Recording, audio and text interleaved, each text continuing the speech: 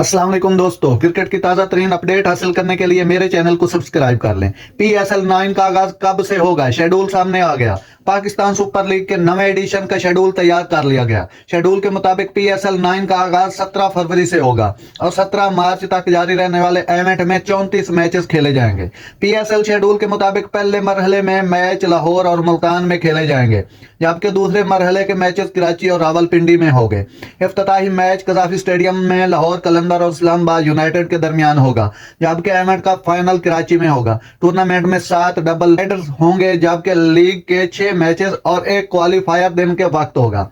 PSL 9 में रावलपिंडी में 3, लाहौर में 2 मैचेस दिन के वक्त खेले जाएंगे, जबकि कराची में 11, लाहौर और रावलपिंडी में 9 और मुल्तान में 5 मैचेस होंगे।